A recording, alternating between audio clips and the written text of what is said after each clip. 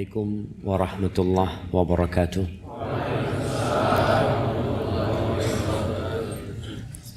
Alhamdulillah. Allahumma ma asbaha bina min ni'matin aw bi ahadin min khalqika faminka wahdaka la syarika lak. Falakal hamdu wa lakas syukur. Ya Allah, tidak ada satupun nikmat yang ada pada kami atau ada pada makhluk apapun yang kau ciptakan, melainkan nikmat itu adalah karunia dan pemberianmu, dan bagimu segala puja dan syukur. Allahumma salli wa sallim ala al-habibil mustafa wan nabiyil mujtaba sayyidina wa maulana wa syafi'ina Muhammad wa ala alihi wa ashabihi ajma'in. Ya Allah, semoga salawat dan salam, berkah dan nikmat senantiasa Engkau curahkan untuk hamba kekasih-Mu, untuk baginda Nabi kita Muhammad sallallahu alaihi wasallam, untuk kelak yang akan memberikan syafaat kepada kita tatkala di padang mahsyar Allah mendiamkan hamba-hambanya. Manusia kebingungan karena belum ada keputusan dan persidangan belum dimulai, sehingga mereka mencari syafaat, mencari orang yang bisa berdoa memohon kepada Allah buat mereka. Umat manusia yang jumlahnya miliaran sejak Nabi Adam alaihissalam sampai manusia terakhir yang hidup di muka bumi ini, mereka mendatangi Nabi Nuh alaihissalam, mereka mendatangi Nabi Ibrahim alaihissalam, mereka mendatangi Nabi Musa alaihissalam, mereka mendatangi Nabi Isa alaihissalam, dan semuanya angkat tangan. Mereka tidak mampu membantu. Mereka mengatakan laqad ghadiba rabbil yawm ghadaban. Hari ini Rabbku telah marah dengan marah yang menakutkan. La yaghdab ba'dahu abadan. Yang dia tidak akan marah seperti ini lagi. Nafsi, nafsi. Semua Nabi mengatakan aku ngurusin urusanku sendiri. Akhirnya ketika mereka sampai kepada Nabi Isa alaihissalam, Nabi Isa mengatakan, itu Muhammadan. Kalian mau urusannya selesai?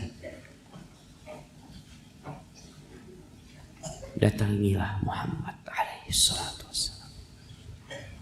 Allah ingin menunjukkan makomnya Rasul sallallahu alaihi wasallam. Maka umat manusia datang menjumpai baginda Nabi kita Muhammad alaihi salatu wassalam. Ketika mereka minta tolong sama Nabi, Nabi kita mengatakan analah, itu milikku, kata dia. Aku, kata dia. Lalu Rasul sallallahu alaihi wasallam sujud di bawah arsy. Beliau memuja dan memuji Allah yang saat ini kata beliau aku enggak tahu pujian itu. Akhirnya setelah itu Allah mengatakan kepada baginda Nabi kita alaihi salatu wassalam, irfa ra'sak wasal tu'ta washfa tushaffa. Angkat kepalamu wahai Muhammad, minta yang kau suka pasti engkau akan dikasih. Silahkan engkau memberikan syafaat, pasti syafaatmu akan diterima. Semoga salawat itu bersambung untuk keluarga Nabi kita, untuk para sahabat Nabi kita, dan orang-orang yang mengikuti Rasulullah sallallahu alaihi wasallam. Amma ba'd. Ahibati fillah, beberapa hari lagi kita akan meninggalkan bulan Dzulqa'dah. Kita akan masuk ke bulan Dzulhijjah yang Allah Jalla Jalaluh telah bersumpah mengatakan wal fajri walayalin ashr, demi fajar dan demi 10 hari. Ada apa dengan 10 hari? 10 hari yang dimaksud adalah 10 hari awal Dzulhijjah. Sejak tenggelamnya matahari Dzulqa'dah dan terbitnya hilal Dzulhijjah, 10 hari itu dimulai.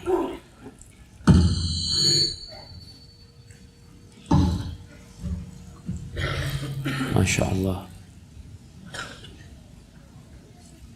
Iya, yang berdiri mungkin bisa masuk. Jamaah bisa merapat ke depan.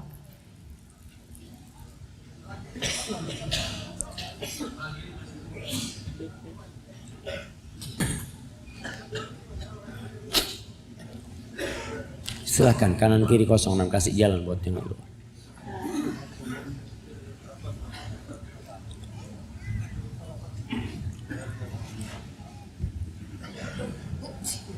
Nah,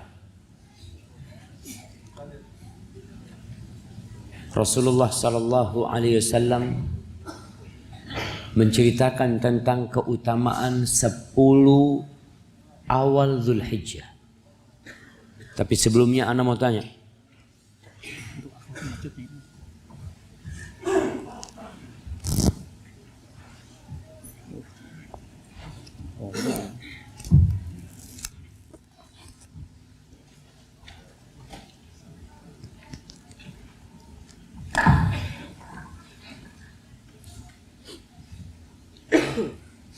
Masya Allah, anak dari kemarin ya harus sabar sama orang-orang Sumbawa ini jemaah.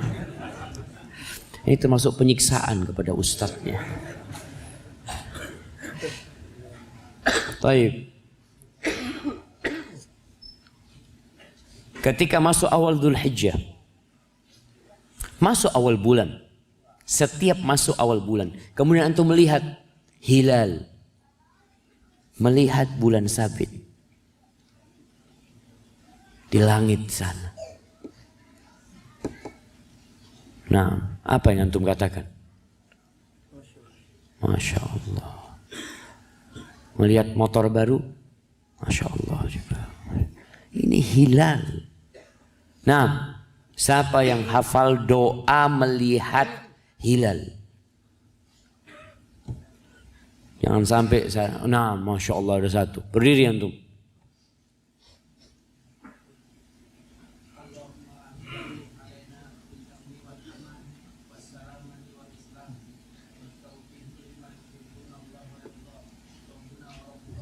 Masya Allah, barakallahu fikum. Itu doanya jamaah. Mana hadiahnya? Kenapa antum duduk di belakang? Iya, lafaz yang disebutkan tadi diperselisihkan kesahihannya oleh sebagian ulama. Yang sahih, Allahumma ahillahu alaina bil amni wal iman was salamati wal islam rabbi wa rabbukallah. Bayangkan sebagian orang itu menyembah rembulan. Ada yang menyembah mentari.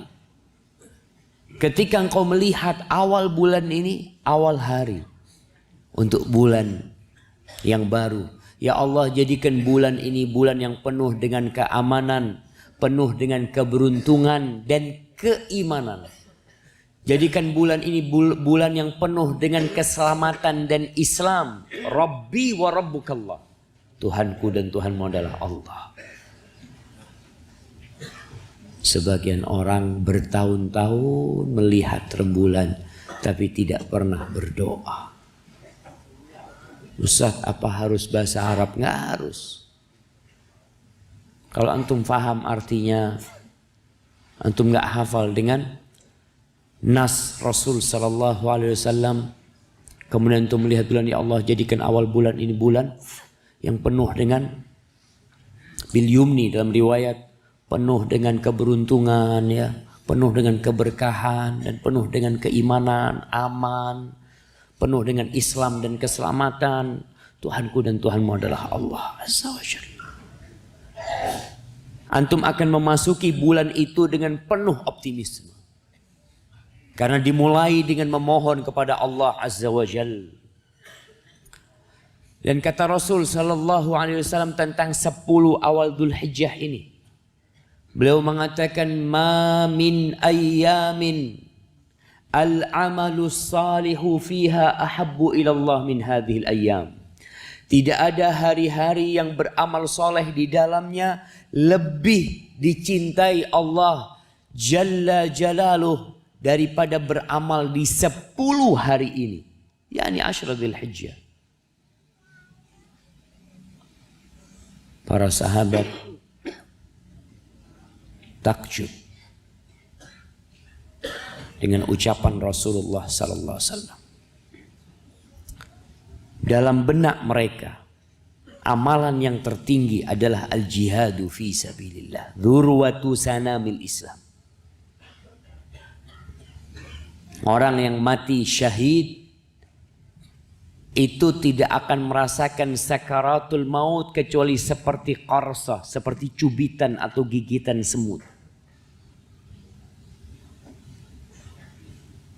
Maka mereka bertanya, ya Rasulullah, walal jihadu fi sabilillah. Alaika salatu wassalam ya Rasulullah. Apakah jihad di jalan Allah, berperang di jalan Allah, itu juga tidak bisa menandingi beramal di 10 awal Dzul Hijjah ini? Qala walal jihadu fi sabilillah. Enggak. Jihad pun tidak bisa menandingi amalan di 10 awal Dzul Hijjah ini. Illa rajulan kharaja bimalihi wa nafsihi wa lam yarji' min dzalika bisyai'. Kecuali seseorang lelaki yang kondisinya dia keluar berjihad dengan jiwa dan hartanya. Jiwa dan hartanya. Ini orang Masya Allah banyak fulusnya. Dia bawa itu hartanya untuk berjuang. Dia bawa jiwanya dan dia mati di medan perang. Tidak ada satupun yang balik ke rumahnya. Baru yang seperti ini gak tertandingi. Maka jamaah rahimakumullah, persiapkan diri untuk beramal soleh di 10 awal Dzul Hijjah ini. Apa aja amalannya? Semua amal soleh. Bukan hanya amal zahir. Amal batin juga perlu dipersiapkan. Jemaah haji Sumbawa sudah meninggalkan Sumbawa. Tanggal 16 kemarin. Mereka sudah pergi. Karena di 10 hari awal Dzul Hijjah ini ada hari yang namanya Yaum Arafah. Hari Arafah. Di mana jutaan manusia meninggalkan negerinya. Meninggalkan kampung halamannya. Meninggalkan pekerjaannya. Meninggalkan keluarganya. Untuk apa? Untuk mengatakan labbaik Allahumma labbaik. Labbaik la syarika laka labbaik. Innal hamda wan ni'mata laka wal mulk la syarika lak. Mereka sedang menunaikan kewajibannya. Mereka mendatangi panggilan Allah Azza wa Jalla. Karena tatkala Nabi Ibrahim menyelesaikan bangunan Ka'bah, Allah mengatakan kepada Ibrahim, "Kum wa'adzin finnas." Bangun engkau, undang orang-orang untuk datang ke rumahku. Nabi Ibrahim bingung. Beliau di Mekah, manusia ada di berbagai penjuru dan belahan dunia. Lalu beliau mengatakan, "Anna yablughu sauti." Gimana suaraku akan sampai ke mereka? Lalu dikatakan kepada beliau, "Innama 'alaikan nida wa 'alayyal balagh." Tugasmu memanggil dan aku menyampaikannya.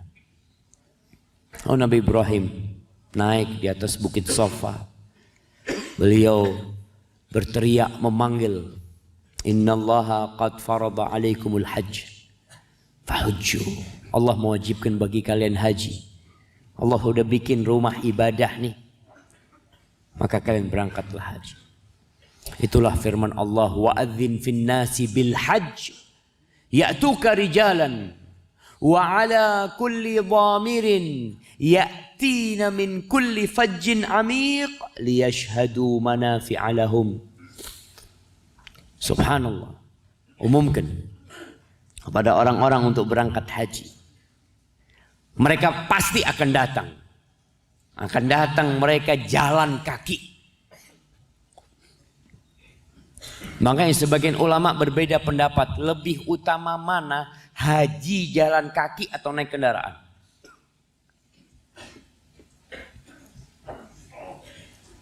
Yang punya kendaraan silahkan naik kendaraan. Karena Rasulullah SAW naik kendaraan dari Madinah ke Mekah. Tapi yang gak punya kendaraan bukan berarti gak bisa berhaji. Ya'tuka rijal, jalan kaki. Dulu orang-orang Afrika jemaah, mereka berangkat haji. Itu perjalanan berangkatnya 3 tahun. Jalan kaki. Berangkat mereka. Soalnya kalau mampu jalan kaki, jalan kaki. Sebagian ulama berpendapat kemampuan itu azadu warrahila, bekal dan kendaraan. Tapi sebagian mengatakan kalau kamu mampu jalan kaki, Allah mengatakan ya'tuka rijalan, jalan kaki. Sebagian orang mendaki gunung, berangkat jauh, sampai puncak gunung turun lagi. Ngapain antum capek-capek? Jalan capek. Mereka melakukan itu. Kenapa nggak berangkat haji jalan kaki? Kalau mampu jalan kaki, nggak mampu. Wa ala kulli dhamirin ya'tina min kulli fajjin amin. Dan sebagian naik kendaraan yang sampai kurus. Onta-onta yang sudah kurus karena perjalanan yang panjang. Mereka datang jemaah untuk menyaksikan manfaat-manfaat yang Allah tentukan buat mereka. Orang Afrika berangkat 3 tahun jalan kaki. Pulang 3 tahun. Setahun berada di Mekah dan Madinah. Mereka mengatakan kalau 7 tahun nggak pulang, istriku menjalani masa iddahnya, warisan dibagi. Dulu nggak bisa telepon, anak mati di Mekah sini, bagi-bagi warisannya. Nggak ada. Pokoknya 7 tahun nggak pulang, warisan dibagi. Sekarang banyak orang mampu beli motor, mampu beli mobil, mampu bikin rumah, tidak berangkat haji. Nanti haji itu buat orang yang mau mati. Yang sudah sepuh, tua berangkat haji. Syariatnya siapa itu? Allah mengatakan walillahi 'alan nas hajjul bait man istata'a ilaihi sabila. Allah Azza wa Jalla telah memiliki kewajiban atas manusia untuk berziarah ke rumah Allah bagi yang mampu. Bagi yang mampu. Wa man kafara fa innallaha ghaniyun 'anil 'alamin. Barang siapa yang kufur, yang kafir, maka sesungguhnya Allah itu tidak butuh dengan alam semesta ini. Jadi kalau ada orang-orang yang enggak mau berangkat haji, kalau rumah Allah itu sepi, tidak ada satupun yang berangkat haji, itu tidak akan mengurangi sedikit pun kerajaan Allah Azza wa Jalla. Allah tuh nggak butuh sama kita. Allah nggak butuh sama kedatangan antum ke Mekah, ke Medina, nggak butuh. Allah nggak butuh antum ke masjid nih. Jangan yang jauh, ke masjid yang samping rumah Allah nggak butuh. Siapa yang butuh? Siapa yang makhluk dan siapa yang al-khaliq? Kita yang butuh sama Allah Azza wa Jalla. Maka yang belum berangkat haji semoga cepat berangkat haji. Boleh nggak Ustaz haji jual rumah? Boleh jual rumah. Terus anak-anak ya belikan rumah lagi. Nggak mampu Ustaz, kontrak rumah. Nggak dosa orang mati di rumah kontrakan, nggak dosa. Nggak ada syariatnya antum wajib punya rumah. Tapi antum wajib bertanggung jawab atas istri dan anak-anak antum. Di rumah kontrakan, nggak harus rumah dari gedung. Anak itu belajar benar-benar dari Lombok. Ketika terjadi gempa, ternyata rumah itu cukup 5 juta. Ya itu kan huntara Ustaz, hunian sementara. Emangnya antum mau selamanya di dunia? Antum mau sampai kapan di dunia? Kan sementara juga. Bikin huntara, nggak usah perlu bikin apa? Rumah, anak mau bikin sampai mati, sama mati selesai ditinggal. Dan subhanallah, orang-orang dulu itu bikin rumah benar-benar sesuai dengan kebutuhan mereka. Di Jawa anak masih melihat rumah yang dari bedeng, yang dari bambu jemaah. Bahasa Indonesianya dari tabing. Tahu dari bambu yang dianyam? Berapa tahun rumah itu bertahan? Wallahi jamaah ada satu rumah anak tanya, berapa tahun ini Pak? Ini Ustaz sudah 45 tahun. Rumah ini kuat Ustaz, asalkan dilabur sama kapur. Kemudian tidak kena hujan. Dan Masya Allah, lantainya dari tanah, nggak perlu pakai pempes. Anak-anak kalau kencing langsung masuk tanah. Betul, dulu itu kenapa nggak ada apa? Pembalut buat anak-anak itu. Masya Allah jemaah. Jadi rumah itu steril, bersih, semuanya masuk ke dalam tanah. Artinya bikin rumah nggak perlu duit banyak, nggak perlu kredit. Karena masih ada orang yang mengatakan, kalau nggak kredit, nggak bisa punya rumah Pak Ustadz. Gimana bapak kita punya rumah? Gimana kakek kita punya rumah? Gimana nenek moyang kita punya rumah? Dan mereka nggak kredit. Bahkan anak-anaknya menikmatin tanah milik bapak-bapak. Karena kita kurang iman. Barakallahu fikum. Tema kita hari ini jalanku. Tadi muqaddimah itu termasuk salah satu jalan yang harus kita lalui menuju Allah Jalla Jalaluh. 10 hari awal Dzulhijjah jangan diabaikan. Tanggal 9 ada puasa Arafah. Dari tanggal 1 boleh puasa. Nggak ada larangan puasa, ini hari-hari mulia. Tanggal 1, 2, 3 anak mau puasa Ustaz, ya 5 hari silahkan. Tapi puncaknya puasa Arafah. Puasa Arafah itu mengampuni dosa 2 tahun. Tahun lalu dan tahun yang akan datang. Kemudian tanggal 10 itu Idul Adha. Kembali kita berkorban. Tiap tahun berkorban, tiap hari Allah kasih kita rizki. Masa kurban setahun sekali berat buat antum? Kurban itu nggak mahal. Kurban itu butuh takwa. La yanalallaha luhumuha wala dima'uha walakin yanaluhu taqwa minkum. Allah tuh nggak nerima darah sama dagingnya. Enggak. Yang diterima itu ketakwaan kalian. Kalau punya duit 10 juta, beli sapi. Di sini sapi berapa? Berapa? 12 juta, mahal banget. Ada yang 9, 7 nggak ada. Masa nggak ada 7? Adalah. Nah, untuk kurban nggak bisa. Umur berapa yang 7 tahun? Umur 2 bulan? Nggak bisa kurban 2 bulan. 2 tahun.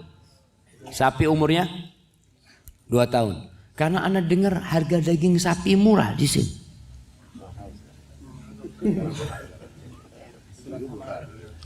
Mahal berapa? 1 kilo 120. Sama kayak di Jawa. Astagfirullahaladzim. Nah, saya beli sapi. Nggak mampu beli sapi Ustaz. Baik, duitnya berapa? 2 juta. Beli kambing. Dapat kambing 2 juta? Ada nggak kambing harga 1 juta? Dapat. Domba itu umurnya cukup 6 bulan. 6 bulan dapat 1 juta jemaah. Dapat. 500 dapat. Domba jarang. Jarang makan domba. Kurban ini bukan untuk dimakan. Kurban dikorbankan buat Allah Azza wa Jal. Jadi kalau antum mau makan sekarang potong. Itu untuk dimakan. Tapi kalau kurban ada tanggalnya. Ada waktunya. Domba. Umpamanya tadi nggak ada yang makan. Nggak ada yang makan, antum makan. Bagikan ke tetangga. Bikinkan sate buat mereka. Dan sate domba itu lebih enak daripada sate kambing. Apa bedanya kambing sama domba? Bulunya beda. Beda bulunya. Ekornya beda juga, Masya Allah. Ekornya juga beda. Tapi ala kulli hal. Antum bisa 500 berkorban. Nggak butuh orang kaya berkorban. Tapi butuh ketakwaan sama Allah SWT. Kalau antum mampu beli sapi silahkan. Rasul Shallallahu Alaihi Wasallam ketika tidak punya beliau berkorban 1 domba. Yang bagus beliau. Dapat beliau yang bertanduk ya, yang Masya Allah dombanya. Ketika punya uang sedikit beli 1 domba. Ketika punya uang banyak beliau membawa 100 ekor onta. 100 ekor onta. Ketika beliau haji wada dalam posisi punya harta, beliau bawa 100 ekor onta untuk korban di Mekah. 100 ekor onta. 1 onta kira-kira harganya ya ada yang 50 juta. Kalau dikali 100 sudah berapa? 5 miliar. Nabi tidak berpikir untuk memperkaya dirinya. Rumahnya tetap rumah Nabi Sallallahu Alaihi Wasallam.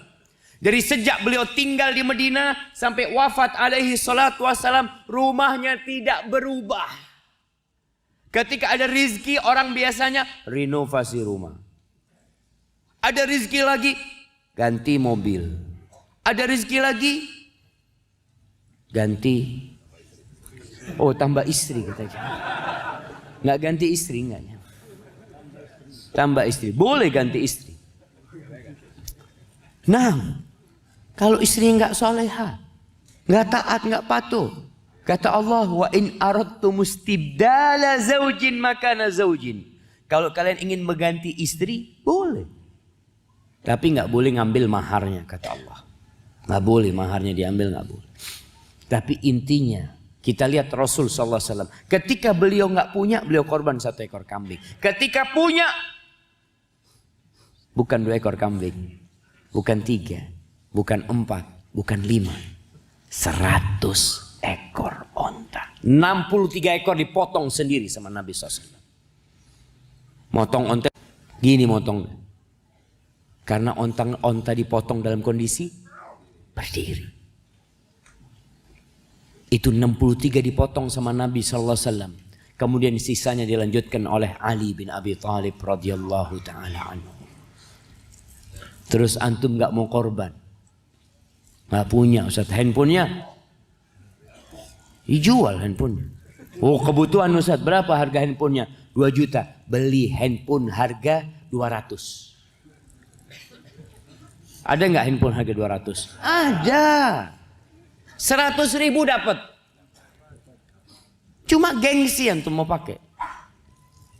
Antum korban. Nggak harus korban ditaruh di masjid. Bawa ke masjid. Ini korban anak. Atas nama Syafiq, Riza, Hasan, Basrama. Catat. Nggak perlu antum bawa. Belakang rumah antum. Ikat. Kasih makan. Besok ya Allah aku mau potong ya Allah. Pulang dari masjid. Antum masuk rumah. Tidurkan kambingnya. Bismillah, Allahu Akbar. Allahumma hadha minni wa an ahli. Allahumma taqabbal minni. Allah terima dari hamba ya Allah. Nggak perlu ada orang tahu antum korban. Nggak harus orang tahu. Potong. Ustaz, gimana? Ana nggak bisa ngulitin Ustaz. Potong sama kulitnya. Betul, nggak harus ngulitin kambing. Kita ini kadang-kadang mempersulit diri kita sendiri, jemaah. Apa dosa kita potong kambing kemudian kulitnya kita masak sekalian? Enggak. Antum potongin kulitnya. Harga kulit berapa sih jemaah? Di sini berapa harga kulit?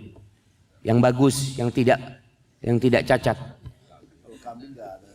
Kambing nggak ada harganya, masya Allah. Langsung goreng sekalian sama kulitnya.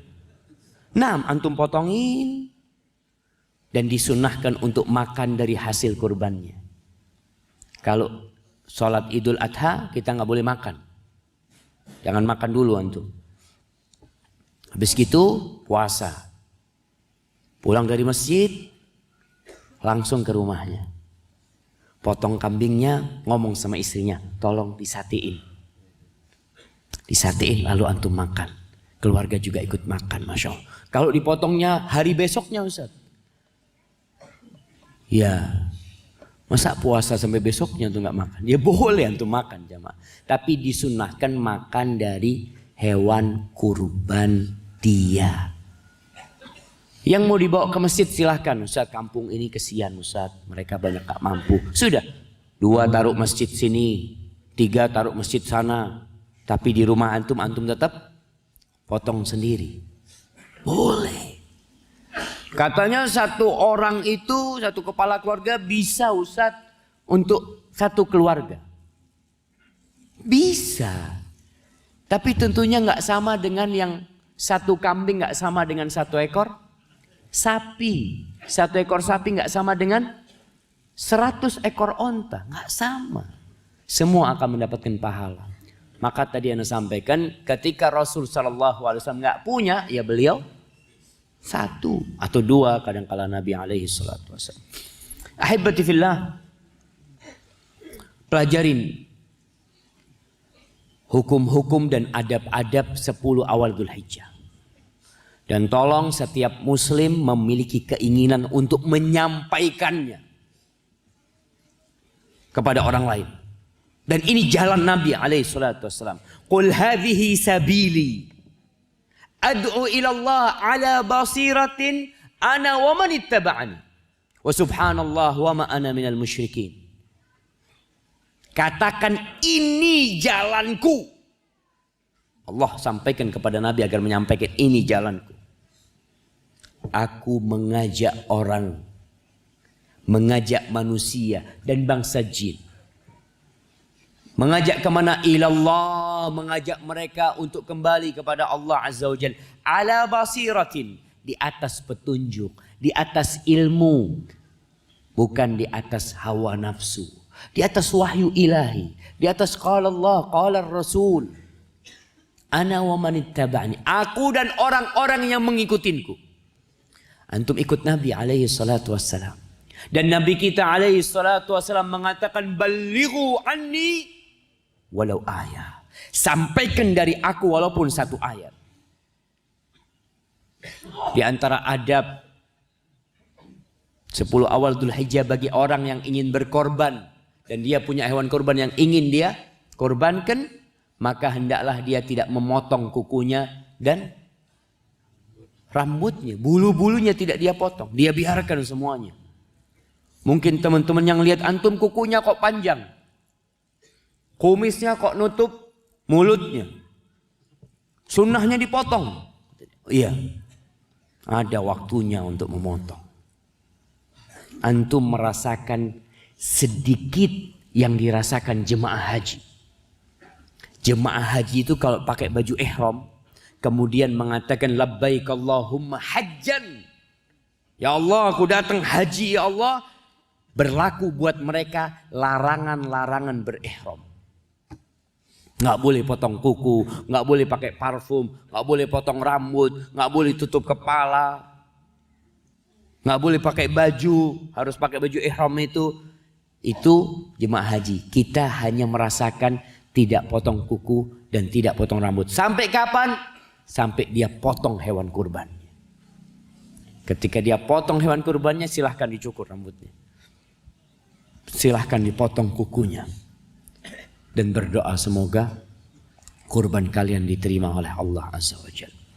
Sampaikan kepada keluarga kita.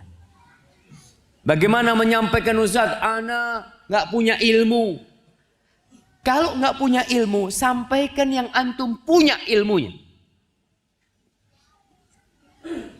Ana ingin setiap muslim itu menjadi pendakwah, bukan menjadi ustaz. Menjadi ustaz sulit antum. Bagi-bagi tugas. Tapi tugas berdakwah, tugas setiap orang muslim. Ustaz, orang awam wajib berdakwah. Tapi sesuai dengan kadar ilmu yang dia milikin, yang memang tidak boleh muslim nggak tahu. Ada perkara-perkara yang semua orang wajib tahu, jamaah. Alim dan awam. Apa contohnya? Sholat 5 waktu. Apakah ada orang duduk temennya nggak sholat, dia diam tidak mendakwain temennya? Dia mengatakan, antum kenapa nggak ajak teman antum sholat? Di tempat kerja mungkin, di kantor. Ustaz, saya nggak pernah di pesantren, Ustaz. Nggak ada urusan pesantren, nggak pesantren. Antum tahu nggak orang yang sholat ini diragukan keislamannya? Dosa meninggalkan sholat ini lebih parah daripada memperkosa, daripada merampok. Meninggalkan sholat itu diragukan keislamannya. Antum diamkan teman antum. Ustaz, ana bukan ustaz. Nggak ada jamaah. Antum bakal ditanya sama Allah Azza wa Jalla. Man ra'a minkum mungkaran falyughayyirhu biyadihi. Yang melihat kemungkaran rubah dengan tangannya. Nggak mampu dengan tangannya, rubah dengan lisannya. Nggak mampu, maka dengan hati. Kalau antum mampu, teman sekantor melakukan perbuatan dosa besar, yang oleh sebagian ulama dosa meninggalkan sholat ini dianggap mengeluarkan dari Islam. Dianggap mengeluarkan dari Islam. Bisa murtad orang tersebut. Lalu antum diamkan. Maka ingat, qul hadhihi sabili ad'u ila Allah ala basiratin. Mengajak kepada Allah di atas basir, di atas ilmu. Jangan berdakwah, jangan mengajak orang yang antum nggak punya ilmunya. Ustadz, ana hanya bisa mengajak orang untuk berwudu yang benar. Ajarkan wudu. Antum lagi berwudu di masjid, lihat teman antum sekantor, tempat kerja, wudunya nggak benar. Kadangkala ujung sikunya tidak kena. Kenapa nggak kena? Karena memang bajunya itu dilipat nggak sampai sini. Antum biarkan, sholat dia nggak sah. Antum nggak punya ilmunya. Ustaz, ana bukan ustaz. Antum kan tahu, paling nggak wudu. Ana punya ilmu tentang wudu. Silahkan ajarkan wudu. Paling tidak setiap ayah yang di rumah punya kewajiban mengajak anggota keluarganya. Mengajak istrinya, mengajak anaknya. Dia punya kekuatan, dia bisa merubah kemungkaran dengan tangannya. Tapi dia bukan ustadz, nggak punya ilmu yang wajib dia harus sampaikan kepada mereka. Ada di sebuah perusahaan di Jawa Timur sana, jemaah, masya Allah. Itu perusahaan itu teman-teman yang mengelola, mereka punya peraturan. Yang kerja di sini wajib sholat berjamaah di masjid. Sekali tidak sholat berjamaah di masjid, SP1. 2 kali tidak sholat berjamaah di masjid tanpa alasan, SP2. 3 kali, silahkan cari kerja di tempat lain. Dia yang punya perusahaan. Dia bisa ngatur. Antum lihat bagaimana orang-orang kafir melarang muslimah berjilbab di tempat kerja mereka. Bisa dia larang. Kamu kerja di tempat saya, nggak boleh pakai jilbab. Itu dilakukan oleh orang-orang kafir kepada saudara-saudara kita yang muslim, yang kerja di tempat mereka. Sampai Anda pernah melihat di sebuah warung, Anda makan, ya dalam perjalanan. Kemudian selesai makan, pelayannya nggak ada yang pakai jilbab. pakai rok selutut mungkin, dengan pakaian yang tidak menutup auratnya. Selesai makan, ana mau ambil wudhu, mau sholat. Di situ ada pintu gerbang besar, tulisannya khusus karyawan, tidak boleh masuk. Yang keluar dari sana pakai jilbab jemaah. Ajib, ana ngomong. Ternyata aturannya di restoran itu tidak boleh pakai jilbab. Lalu kenapa kita tidak berani memberlakukan peraturan yang sesuai dengan perintah Allah? Itu peraturan bertentangan dengan perintah Allah dan mereka lakukan. Muslim, qul hadhihi sabili, ini jalanku. Luqman Al-Hakim ketika memberikan wasiat kepada anaknya, wasiat pertama itu, ya bunayya la tusyrik billah. Jangan berbuat syirik. Jangan berbuat syirik. Ini dosa yang tidak diampuni. Walaupun engkau haji 10 kali, engkau sholat 5 waktu di masjid, engkau puasa 60 tahun, tapi engkau melakukan kesyirikan, kata Allah kepada Nabi alaihi salatu wassalam, la in asyrakta walaqad uhiya ilaika wa ila alladhina min qablika la in asyrakta la yahbatanna amaluk wa la takunanna minal khasirin. Telah diwahyukan kepadamu dan kepada nabi-nabi sebelummu, kalau engkau berbuat kesyirikan, subhanallah, hasya lillahi an yusyrik. Enggak mungkin Nabi melakukan kesyirikan, tapi Allah ingin mengajarkan umatnya. Ini Allah sampaikan kepada nabinya. Kalau engkau melakukan kesyirikan, semua amal solehmu gugur. Enggak ada gunanya. Wala takunanna minal khasirin. Dan pasti engkau menjadi orang yang merugi. Capek beramal puluhan tahun, dibangkitkan pada hari kiamat, semua amalannya wa qadimna ila ma amilu min amalin faja'alnahu haba'an mansura, menjadi debu yang enggak ada nilainya pada hari kiamat. Padahal antum sholat, padahal antum haji. Ustaz, mungkin kau Ustaz, orang yang berhaji melakukan kesyirikan. Tahu sama Nabi Ibrahim yang mendirikan bangunan Ka'bah itu, yang meninggikan bangunan Ka'bah dan yang mengundang orang-orang atas perintah Allah untuk datang berhaji. Apa doa beliau? Beliau mengatakan, wajunubni wa baniya an na'budal asnam. Ya Allah, hindarkan aku dan anak keturunanku dari berhala-berhala yang disembah itu. Itu Nabi Ibrahim. Maka dikatakan, kalau Nabi Ibrahim takut, lalu kita nggak takut? Engkau merasa aman? Nabi Ibrahim takut dengan kesyirikan. Dan Nabi kita Muhammad SAW berdoa berlindung dari kesyirikan. Lalu kita tidak pernah berlindung dari kesyirikan. Allahumma inni a'udzubika an usyrika bika wa ana a'lamu wa astaghfiruka lima la a'lamu. Ya Allah, aku berlindung kepadamu ya Allah dari berbuat syirik yang aku tahu itu syirik tapi aku kerjakan. Dan aku minta ampun dari kelakuan syirikan yang aku nggak tahu ya Allah. Itu wasiat pertama Luqman. Kemudian wasiat yang kedua berkaitan dengan birrul walidain, berbakti sama orang tua. Memang hak terbesar itu hak Allah. Yang kedua hak kedua orang tua kita. Anak-anak yang durhaka, walaupun sering ngaji, walaupun Masya Allah, kalau dia durhaka sama orang tuanya, la yadkhul jannah, orang durhaka nggak masuk surga.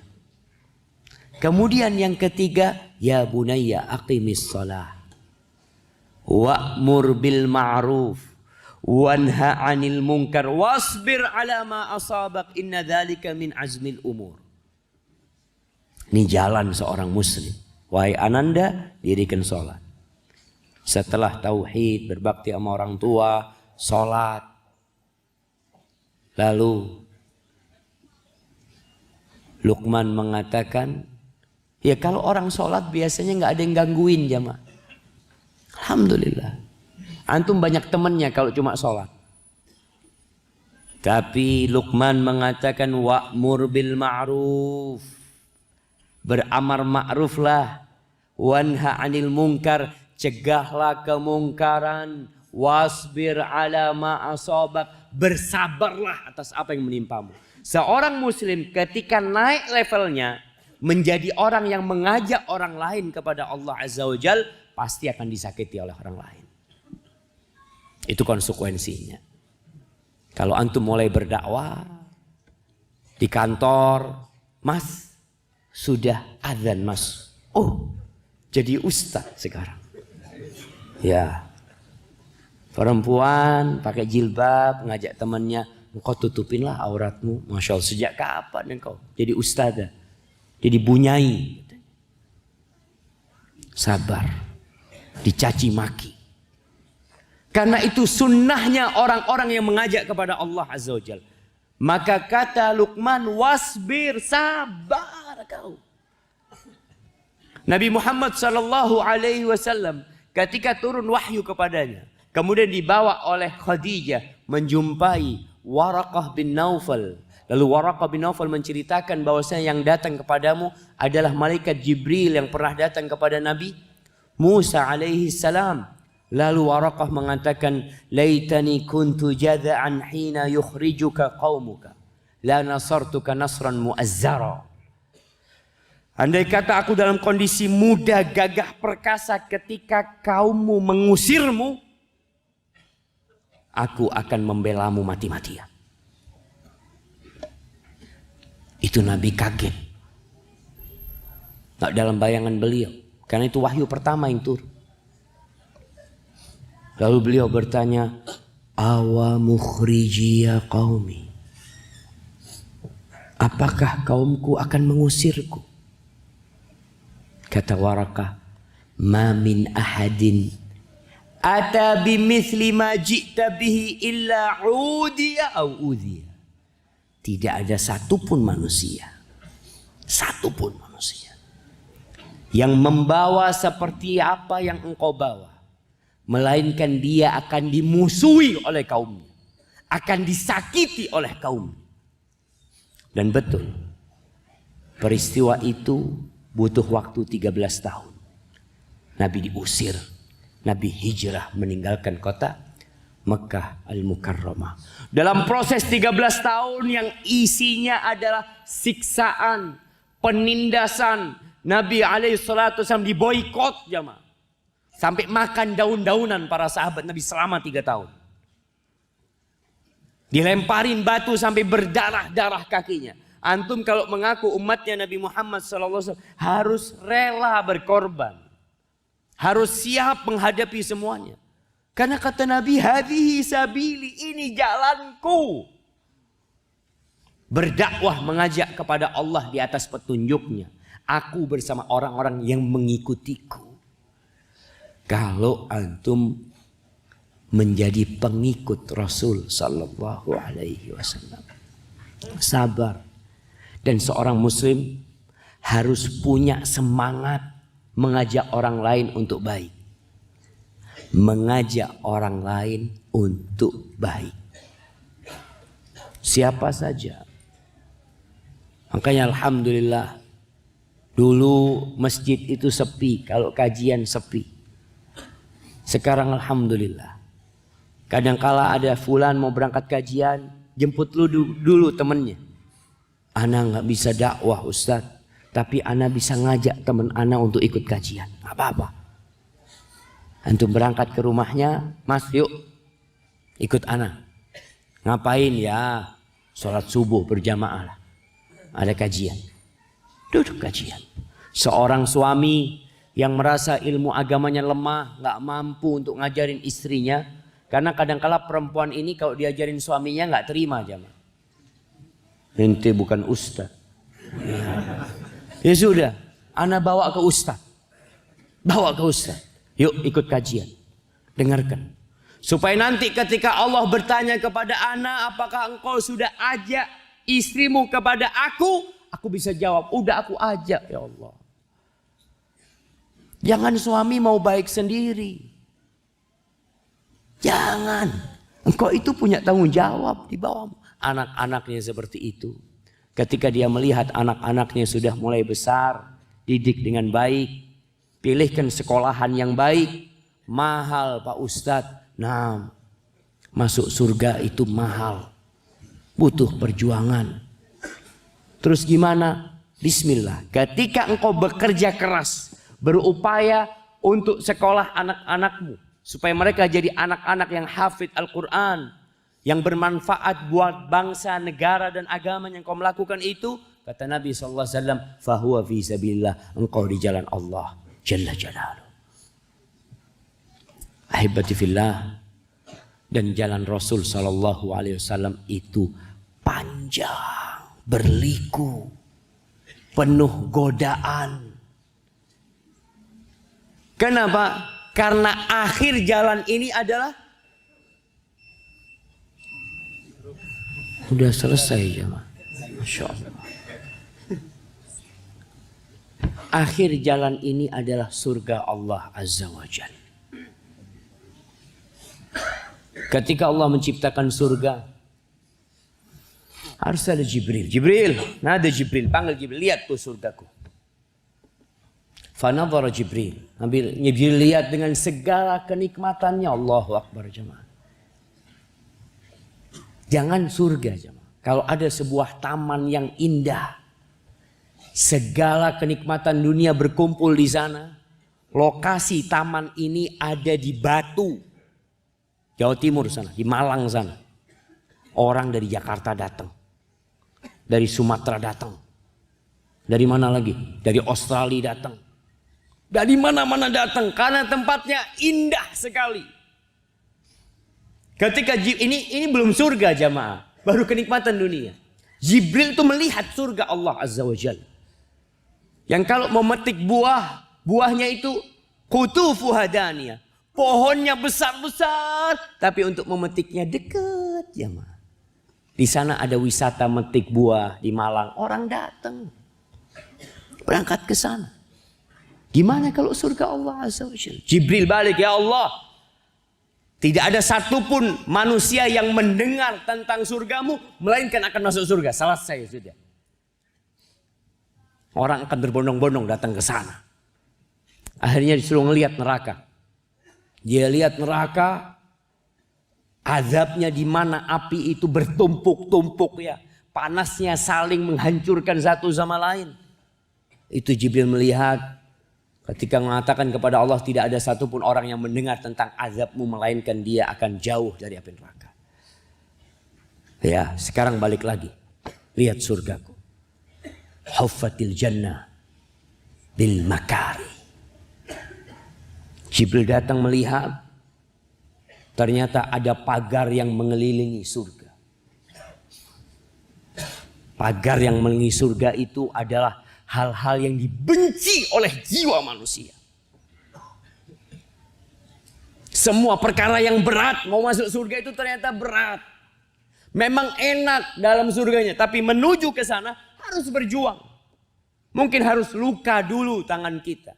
Rasul sallallahu alaihi wasallam sampai bengkak kakinya salat alaihi salatu wassalam. Kemudian Jibril mengatakan, ya Allah, aku takut gak ada yang mampu masuk surga. Bahkan semuanya masuk neraka. Ketika Jibril melihat neraka, ternyata neraka itu dipagari oleh syahwat manusia. Dengan semua yang disukai oleh jiwa manusia. Makanya kadang-kadang kita heran, ada orang jamaah masuk neraka bayar. Bayar. Masuk surga gratis gak mau. Kenapa? Karena sesuai dengan syahwatnya. Berapa banyak orang yang berzina bayar.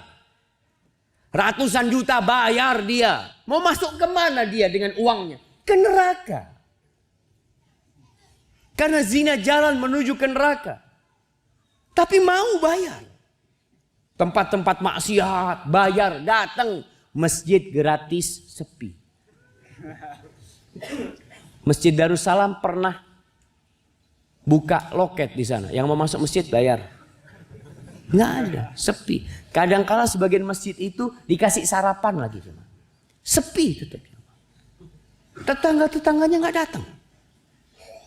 Karena memang masuk ke surga Allah itu harus menanggalkan segala kesenangan jiwa kita. Allah mengatakan, فَأَمَّا مَنْ طَغَى وَآثَرَ الْحَيَاةَ الدُّنْيَا فَإِنَّ الْجَحِيمَ هِيَ الْمَأْوَى. Adapun orang yang melampaui batasnya, engkau itu makhluk, engkau itu manusia, engkau itu tidak bikin aturan, tapi aturan dibikin buat engkau. Allah yang bikin aturan. Melampaui batasnya dia, mengikuti hawa nafsunya, lebih mementingkan kehidupan dunia, maka orang ini neraka tempatnya. Wa amma man khafa maqama rabbih wa nahan nafsa 'anil hawa fa innal jannata hiyal ma'wa. Adapun orang yang takut dengan makom Rabbnya, takut dia diberdirikan di hadapan Allah untuk disidang, karena semuanya dari Allah, dia akan mempertanggungjawabkan semuanya. Wa nahan nafsa 'anil hawa, dan dia menahan nafsunya dari keinginan-keinginannya. Surga tempat dia. Hadza wallahu a'lam bissawab. Itu yang bisa Anda sampaikan pada kesempatan kali ini.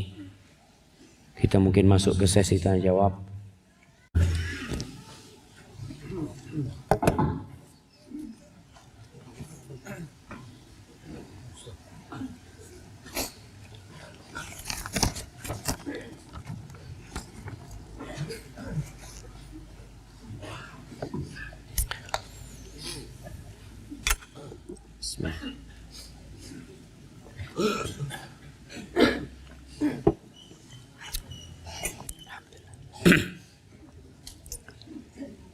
Tolong di-share Ustadz trik-trik agar anak-anak betah di pondok pesantren. Apa yang harus disampaikan orang tua ke anak untuk motivasi mondok?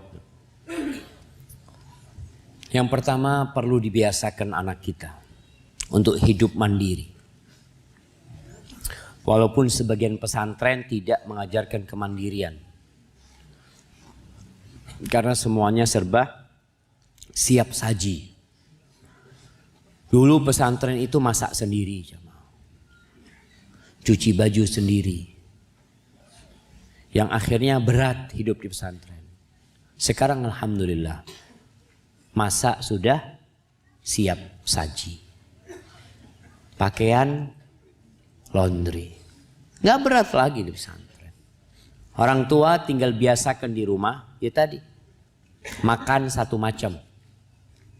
Jadi usahakan makan di rumah itu satu macam. Biasanya kan di rumah ada tempe, ada ikan, ada ayam, macam-macam, ada sop. Jadi anak milih. Pesantren nggak ada milih. Ngantri panjang, sate, sayur tempe. Astagfirullah. Benar jamaah. Artinya ini harus dibiasakan, harus yang ada dimakan. Karena banyak masalah di perut anak-anak kadang-kala. Males makan. Tapi kalau orang tua sudah mempersiapkan, insya Allah siap. Ketika masuk pesantren, jangan dibesuk anaknya selama 40 hari. 40 hari Pak Ustaz. Ya terserah lah, mau 60 hari nggak apa-apa. Kemarin ana mengantarkan anak-anak ke pesantren. Anak-anak yang pertama di pesantren, yang kedua pesantren. Ana bawa. Dia melihat beberapa orang sudah mulai menangis ketika ditinggal. Anak tanya, masa menangis? Enggak lah bah. Masa mau nangis, kata dia. Ya sudah. Akhirnya kita tinggal. Kita peluk dia. Awalnya sama ibunya nangis dia jamaah. Maslama tabki lah. Kata dia, walaupun air matanya. Dia enggak, kata dia enggak. Itu tangisan yang tidak terasa memang. Air mata yang terasa. Udah pulang apa. Dan oleh pesantren dikatakan tidak boleh telepon anaknya, tidak boleh ngunjungin anaknya selama 40 hari pesantren ini. Silahkan pulang bapak-bapak, kita ngurusin anak bapak. Tapi kalau ditelepon, kalau bapaknya datang sebelum itu, anak yang gak betah akhirnya minta pulang. Anak ini butuh dikondisikan. Dia masih belum kenal sama sahibnya. Nanti dia lebih suka di pesantren daripada di rumah. Karena di rumah gak punya teman. Ini temannya satu kamar 30 orang. Masya Allah. Di rumah cuma sama kakaknya, sama adiknya, ini 30 orang temannya jamaah. Hanya butuh pembiasaan. Jadi orang tua harus tega. Karena ana melihat di pesantren itu yang nangis kadangkala bukan anaknya, ibunya yang nangis. Barakallahu fikum. Waktu ana di pesantren dulu ada, kita nggak betah juga lah ya, awal di pesantren itu. Akhirnya ada satu orang yang mau pulang, kata kepala sekolahnya, coba dulu 1 pekan nggak kerasan pulang. Bener Ustadz ya? Iya. Akhirnya 1 pekan nggak kerasan dia. Nah, kan udah coba 1 pekan, coba lagi tambah 1 pekan. Kata dia. 2 pekan kata dia. Katanya Ustadz 1 pekan katanya. Ih coba 1 pekan lagi kata Ustadznya. Coba lagi 1 pekan. Akhirnya masih nggak kerasan. Coba lagi kata Ustadz 1 bulan lah. Kasihan orang tuamu ini, coba 1 bulan nanti udah pulang lah kalau kamu mau pulang kata dia. 1 bulan nggak datang lagi ke Ustadznya sudah. Udah betah dia di pesantren. Awal-awal aja anak itu jamaah butuh pembiasaan. Apa satu hewan kurban cukup untuk satu keluarga? Kalau dibicarakan cukup, sebenarnya hewan kurban itu satu hewan untuk 1 orang. 1 hewan kurban, 1 kambing untuk 1 orang. 1 keluarga itu dihitung 1 orang. Maka akhirnya ya cukup. Tapi hitungannya tetap 1 orang. Kalau boleh nggak Ustadz, ana punya anak 8. Ana mau kurban buat anak-anak semuanya. Buat istri ana. Boleh, nggak apa-apa.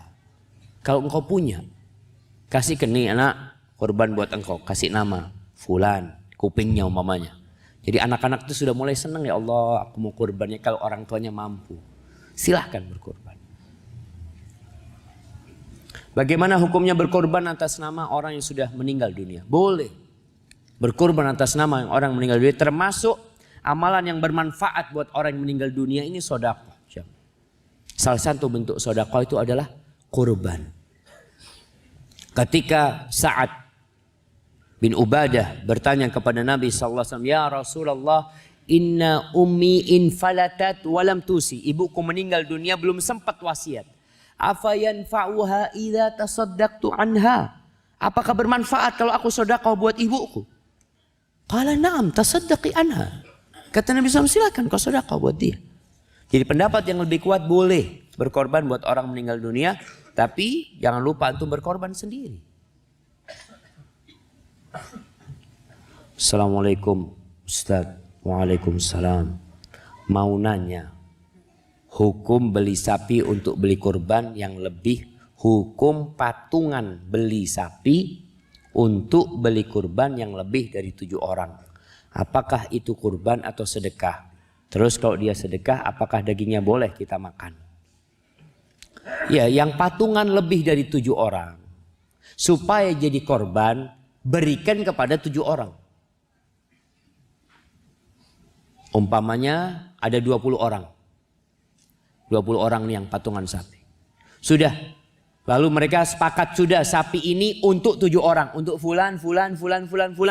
Kurban. Jadi yang lainnya itu telah memberikan haknya kepada 7 orang. Jadi akhirnya sapi ini milik 7 orang. Awalnya belinya 20 orang. Tapi kemudian dijadikan untuk 7 orang. Sudah, ini buat fulan sudah antum korban. Maka jadi korban. Tapi kalau 20 orang tetap enggak, ana ini korban enggak. Ana juga mau korban. Ya sudah, tahun ini biar fulan enggak. Akhirnya tetap 20 orang, maka itu sapi ya buat daging. Buat daging potong, antum mau sedekahkan silahkan. Mau sedekahkan dagingnya, antum dapat bagian umpamanya dapat 200 kilo. Dibagi 20 orang, tiap orang 10 kilo. Antum mau diapain? Antum mau makan silahkan. Mau jual boleh antum mau jual. Punya antum. Tapi kalau niatnya sodakoh ya sudah antum sodakohkan. Ya dari 10 kilo ini hak ana. Sebagian mau ana sodakohkan. Sebagian mau ana masak. Gak apa-apa. Itu hak antum. Karena memang ada orang patungan sapi untuk daging. Artinya dia ingin potong sapi lah. Silahkan seperti itu. Tapi kalau ingin dijadikan korban boleh. Asalkan dengan catatan diberikan kepada 7 orang. Assalamualaikum. Waalaikumsalam warahmatullahi. Dulu ana ketika masih jahil dengan syariat, Masya Allah. Bukan masa jahiliyah dia jangan, enggak jangan. Ana belum tahu syariat akikah sehingga lalai dengan perkara tersebut. Sampai akhirnya ana berniat ingin kurban. Padahal belum melaksanakan akikah untuk anak sendiri dan anak anak-anak. Ana mohon ilmunya untuk masalah tersebut, Ustaz. Silakan, artinya kalau bicara akikah ini nggak harus nunggu Idul Adha. Ya sudah, antum akikah sekarang. Sekarang punya rezeki, silahkan akikah. Karena sunnahnya pada hari ke-7. Udah terlambat, jangan anak nanti Ustaz nunggu Idul Adha. Supaya bisa bareng lah niatnya. Sejatinya akikah itu termasuk berkurban untuk Allah Azza wa Jalla. Tapi waktunya bebas. Ditentukan dengan kelahiran manusia. Kalau kurban hanya setahun sekali pada tanggal 10 Dzulhijjah 11, 12, 13. Jadi kalau antum mau kurban nanti. Mau akikah sekarang punya rezeki akikah. Mudah-mudahan antum sekarang akikah, antum punya anak akikahin, antum mau akikah sendiri tafadhol, nanti tanggal 10 antum punya rezeki. Boleh antum beli hewan kurban itu tanggal 13. Anak punya rezeki sekarang Ustaz tanggal 13 nih. Tanggal 13 itu berakhir dengan terbenamnya matahari. 13 Dzulhijjah. Antum ke pasar, potong kurbannya. Boleh. Artinya tadi ana sampaikan juga kurban itu nggak mahal. Kalau bicara yang standar sah nggak mahal. Ada yang nyampaikan tadi ada di sini harga 500, domba umur 6 bulan itu boleh untuk kurban. Kalau antum punya 2 juta bisa beli 4. 2 juta 4 jamaah, Masya Allah. Saya pernah bertemu dengan orang yang mengaku memiliki ilmu laduni. Yang ilmunya langsung diberikan oleh Allah. Dan dengan ilmu itu orang itu bisa paham agama dengan cepat. Dan mendapat kekayaan yang luar biasa. Benarkah ilmu laduni itu Ustaz? Nah, benar ilmu laduni itu ada. Allah berikan kepada para nabinya. Allah cerita ilmu laduni ini di surat Al-Kahf ketika Allah mengatakan wa 'allamnahu min ladunna ilma, dan kami ajari dia itu dari sisi kami ilmu. Maka Khadir itu pendapat yang lebih kuat, dia adalah nabi. Dapat ilmu dari Allah Azza wa Jalla. Kalau dikatakan orang mendapatkan ilmu laduni dari Allah Azza wa Jalla, bukan dia bisa belajar ilmu syariat dengan cepat, bukan. Ilmu khusus sendiri yang beda dengan ilmu syariat. Kalau ada orang belajar cepat, orang pinter belajar cepat, alhamdulillah. Dia bisa belajar yang Masya Allah. Orang lain belum bisa hafal Quran, dia hafal Al-Quranul Karim. Apakah anak yang umur 8 tahun hafal Quran dikatakan dapat ilmu laduni? Enggak.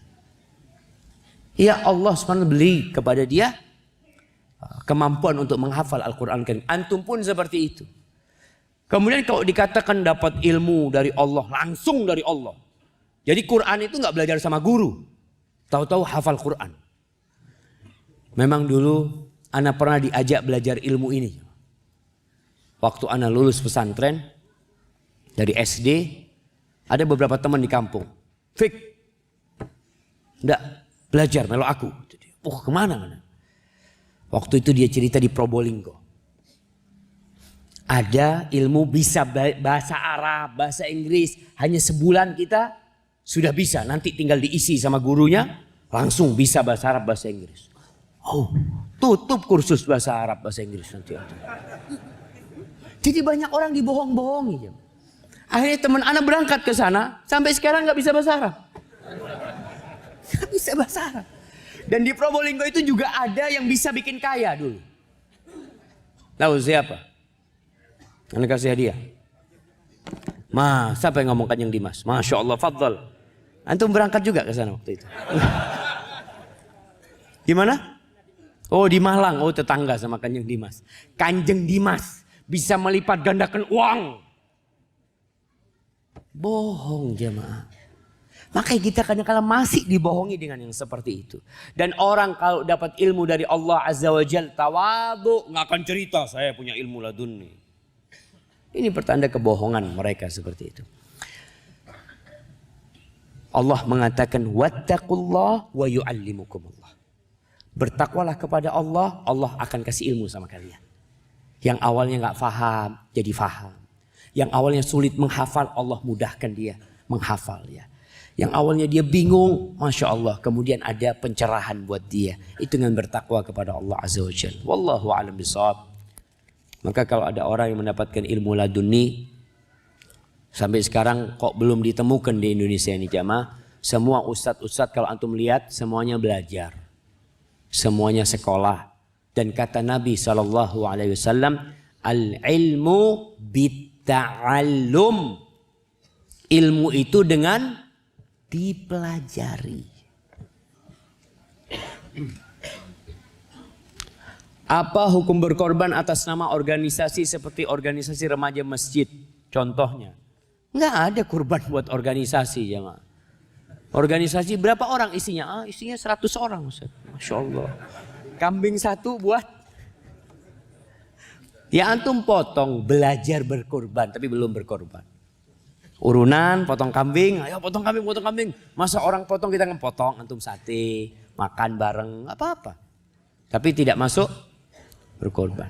Ustadz, jika patungan 7 orang sama-sama 2 juta, jadi 13 juta. Harga sapi jadi 14 juta. Insya Allah jamaah. Harga sapi 13 juta, sisa 1 juta. Bolehkah yang 1 juta untuk ongkos potong, beli plastik dan lain-lain? Boleh jamaah. Karena masih berkaitan dengan kurban. Jadi operasional kurban tersebut. Uangnya bukan dimakan. Memang kita ketika ngumpulkan dana kurban kita sampaikan. Nanti dipotong dana operasional.